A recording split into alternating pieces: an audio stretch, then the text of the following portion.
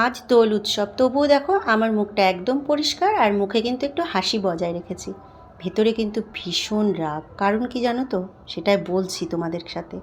এই দেখো, ছোট ছোট চারাপোনা জ্যান্ত মাছ এনেছে, সেটাকে আমি কাঁচা কলা আর আলু দিয়ে ঝোল করেছি।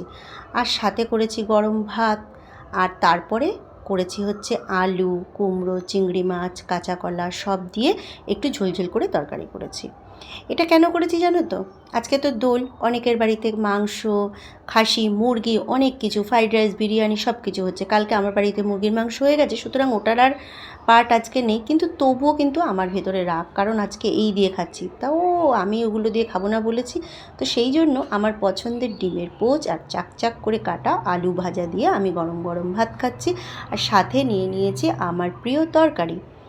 তো এই দিয়েই আজকে খাবো বলেছি। রাগ কেন হয়েছে জানো তো? কালকে গেছিলো বন্ধুদের সাথে গল্প করতে, আড্ডা মারতে, ছুটির দিন। ঠিক আছে, চলো যাও তুমি তোমার মনে আড্ডা মারতে। গিয়ে তারপরে তো অনেক কিছু খাওয়া দাওয়া হয়েছে, দিয়ে তার পেটের সমস্যা হয়েছে, ব্যাস আজকে তো সে আর খাবে না। তো কী আর করা যাবে, তারপরে এই যে এই রান্নাবান্না করেছি। কিন্তু আমার তো আজকে এই দিয়ে ভালো লাগছিল না, কিছু করার নেই। ওই যে ঘরে বলেছি না, কালকে বলেছিলাম না যে কর্তার ইচ্ছাই কীর্তন, তা হয়েছে দশা। তো এই যে এই দিয়েই আজকে রান্নাবান্না করলাম আর খাওয়া দাওয়া সারলাম। কিছু করার নেই, তো আমার তো ডিমের পোচ প্রিয়, সেই জন্য আমি ডিমের পোচ দিয়েই খেয়ে নিলাম ভাতটা।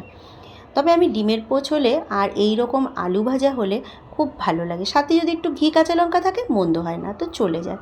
তো এই রকমভাবেই আমি আজকে খেয়ে নিলাম। আর মেয়েকেও দিয়ে দিলাম, কারণ মেয়েকে আবার আলু ভাজাটা যা দিইনি, আলু ভাজাটা না আমি পরে করেছি, ডিমের পোচটাও পরে করেছি। নাহলে মেয়েটাও মাছ খাবে না। না না, সেটা তো হয় না। আজকে বছরের দিন, বছরের দিন না, বছরের একটা ভালো দিন, তো ওই জন্য ওকে আমি মাছ খাইয়েছি।